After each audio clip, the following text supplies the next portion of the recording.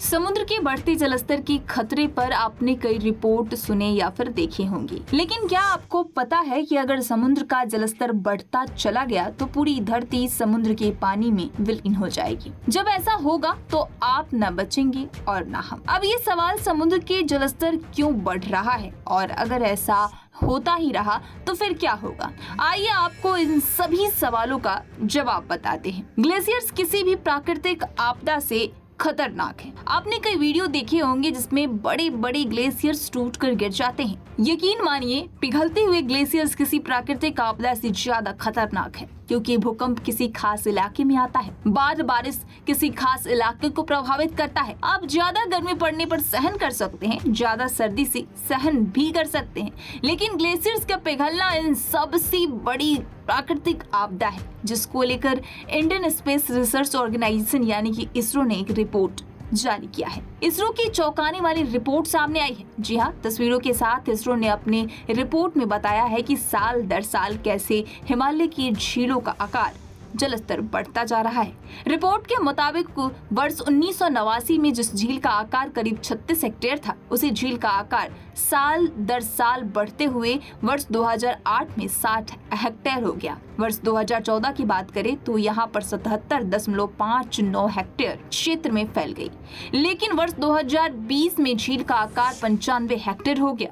फिर वर्ष 2022 की बात करें तो यहाँ पर वर्ष 2022 से 1989 के मुकाबले करीब 3 गुना बढ़कर 101 हेक्टेयर हो गया। इसरो ने अपने रिपोर्ट में बताया है कि हिमालय की 601 झीलें 2 गुने से ज्यादा बढ़ गई है। 10 झीलें ऐसी हैं जिनका आकार 1.5 से भी 2 गुना ज्यादा बढ़ गया है, जबकि 65 झीलों का आकार 1.5 गुना तक बढ़ गया है। किसी भी समय झीलें फट सकती है। अब आपको बता दें कि हिमालय में झीलों के बढ़ने की बड़ी वजह ग्लेशियर्स का पिघलना है। अगर इसी रफ्तार से हिमालय की ग्लेशियर पिघलते रहे तो झीलों का आकार इतना ही बढ़ता जाएगा कि किसी भी समय झीलें फट सकती है और किसी भी समय बड़ा संकट आ सकता है। तेजी से ग्लेशियर पिघलने की सबसे बड़ी वजह धरती का बढ़ता तापमान है। नासा के मुताबिक वर्ष 1880 में से अब तक धरती का औसतन तापमान 1.1 डिग्री सेल्सियस बढ़ा है, जो अगले 2 दशकों में 1.5 डिग्री सेल्सियस तक बढ़ सकता है। अब आपको बता दें, सिक्किम में लहोनक झील के फटने की बड़ी तबाही भी हुई थी।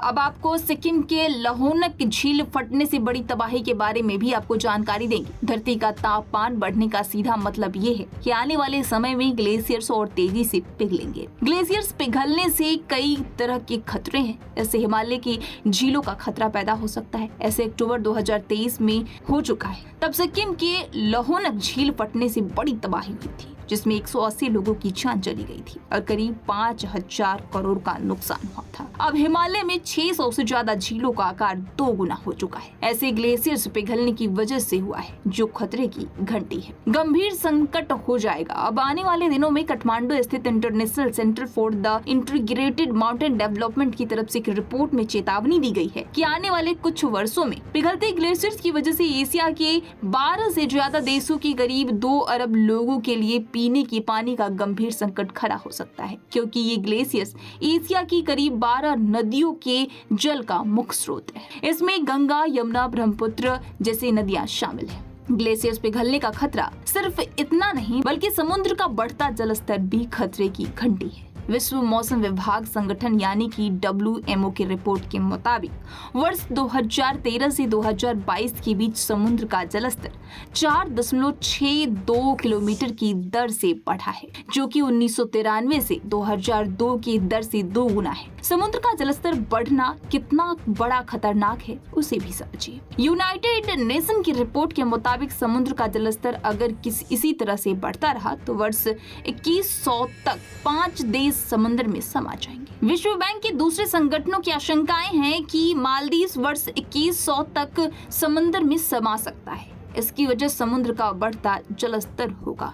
आम लोगों को आज ये खतरा भले ही महसूस नहीं हो रहा हो कि वो ग्लेशियर्स के पिघलने और समुद्र के बढ़ते जलस्तर को लेकर बेफिक्र हैं, लेकिन जिस तरह से धरती का तापमान बढ़ रहा है और ग्लेशियर्स पिघल रहे हैं, वो चिंता की बात है और इसके समाधान के लिए काम करने की जरूरत है। इसी के साथ आपको बता दें कि भारत जरूरी कदम उठा रहा है। जी हाँ, इस सम्मेलन के सभी देशों में ग्लोबल वार्मिंग से मिलकर निपटने के लिए कुछ लक्ष्य निर्धारित किए गए थे। इसमें बढ़ते वैश्विक तापमान को 1.5 डिग्री सेल्सियस के दायरे में रखना तय हुआ है। वर्ष 2030 तक ग्रीन एनर्जी की 3 गुना वृद्धि करने का फैसला लिया गया है। वर्ष 2030 तक मीथेन गैस उत्सर्जन कम करने का भी फैसला हुआ है। इसके अलावा सभी देशों में फॉसिल फ्यूल पर निर्भरता कम करने की बात कही गई है। भारत दुनिया में तापमान को कंट्रोल करने की दिशा में काम कर रहा है। भारत वर्ष 2070 तक कार्बन नेट जीरो करने वाली, यानी कि जितना कार्बन डाइऑक्साइड का उत्सर्जन हो सकता उतना ही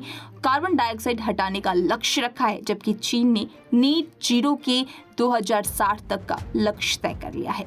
अब इसी के साथ आपको बता दें कि ग्लोबल वार्मिंग जो है बहुत बड़ी समस्या है। जी हाँ, केंद्र सरकार ने प्रधानमंत्री सूर्योदय योजना के तहत 1 करोड़ घरों में रूफटॉप सोलर लगाने का लक्ष्य रखा है। ग्लोबल वार्मिंग जितना गंभीर समस्या बन चुका है, उसे देखते हुए अब दुनिया को मिलकर इस समस्या से निपटने की जरूरी है और कदम उठाने की भी जरूरत है, वरना जिस खतरे का जिक्र हमने इस रिपोर्ट में किया है शायद वो खतरा दूर नहीं है। इस तरह की तमाम जानकारियों से रूबरू होने के लिए पंजाबकेसरी.com को लाइक, शेयर, सब्सक्राइब करना न भूलें। धन्यवाद।